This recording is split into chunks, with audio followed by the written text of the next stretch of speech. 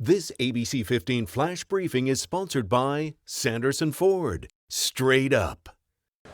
Hi, I'm Steve Irvin with your top stories from ABC15 Arizona. A judge ruling a convicted murderer is fit to stand trial.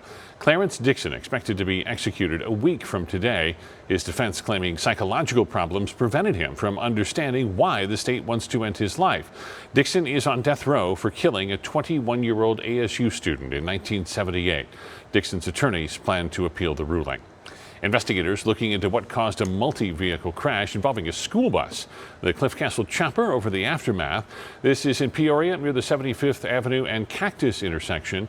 Police telling us only one woman had minor injuries. Nobody else was hurt. Police do not believe any of the drivers involved were impaired. Tonight we're hearing more about how the expected end of Roe v. Wade will impact the country.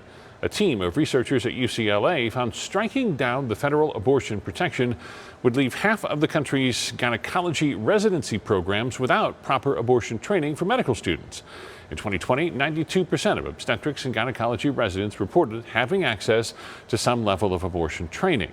Researchers say that could drop to about 56% if Roe v. Wade is overturned. The Central Arizona Project brings water from the Colorado River through the Phoenix and Tucson areas. It's allowed for many years the population growth, but a long drought on the river system is taking its toll. 2022 is the first year a Tier 1 shortage has ever been declared on the Colorado River. The biggest impact right now is on farmers, but more shortages could be just around the corner. Right now, we're looking at a near 50-50 chance for 2023 that we could either stay in a Tier 1 or move to a Tier 2A. In general, as we get into deeper cuts, ultimately there will be some pressure on our municipal and industrial users. Experts say more inventive water solutions may be needed in Arizona, things like seawater desalination and recycling wastewater. All day long, we've brought you smart shopper tips to find savings and navigate rising prices in our Making Ends Meet special. Just today, the Federal Reserve upped the interest rate by 0.5%. Doesn't sound like much, but it is the highest rate increase in 22 years, and it could have a big impact on new car and home loans and your credit card payments as well.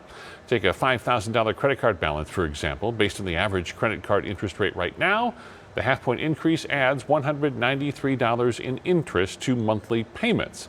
That's more than $2,300 a year. All day long, we've brought you Smart Shopper tips to find savings in our Making Ends Meet special. Inflation still driving up the price of so many things, impacting family budgets in a big way, even after months of rising costs with no relief in sight. So still food prices, groceries, essentials, consumer electronics. Maybe that's not a weekly buy for you, but it might be something you've been meaning to replace. We spoke to retail expert Kristen McGrath, who has been watching the fluctuating market. She says the best thing for people to do is to keep up with loyalty programs, cashback offers, and keep an eye out for sales. You can also track price history of items on websites like Camel to see if you're getting the very best deal. Many retailers offer military discounts that extend not only to people on active duty, but also to veterans, reservists, and retirees. So how can you find out if a place offers deals?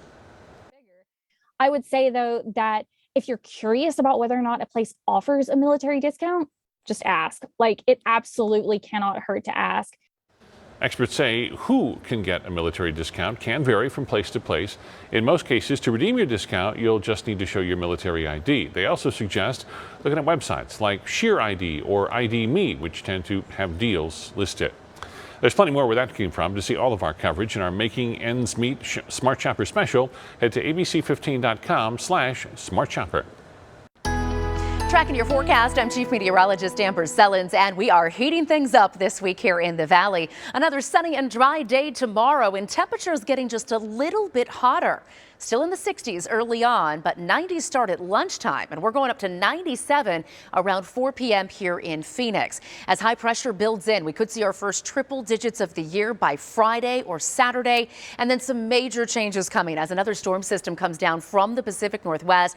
Not looking like we'll see any rain from this here in the valley, but we've got a lot of wind and a major drop in temperatures coming to your 7-day forecast. So let's take you through it day by day. Tomorrow, sunny and 97, 100 on Friday, which if we hit it will be our first triple-digit day of the year. Saturday going up to 101, picking up the breezes. Then Sunday it gets windy as we drop to 96, falling even more Monday and Tuesday as breezes stay up. Looks like we'll be down into the mid-80s, several degrees below normal for this time of year by the middle of next week. For the latest headlines, weather, and traffic, head to abc15.com or download the free ABC 15 mobile app. This ABC 15 Flash Briefing is sponsored by Sanderson Ford. Straight up.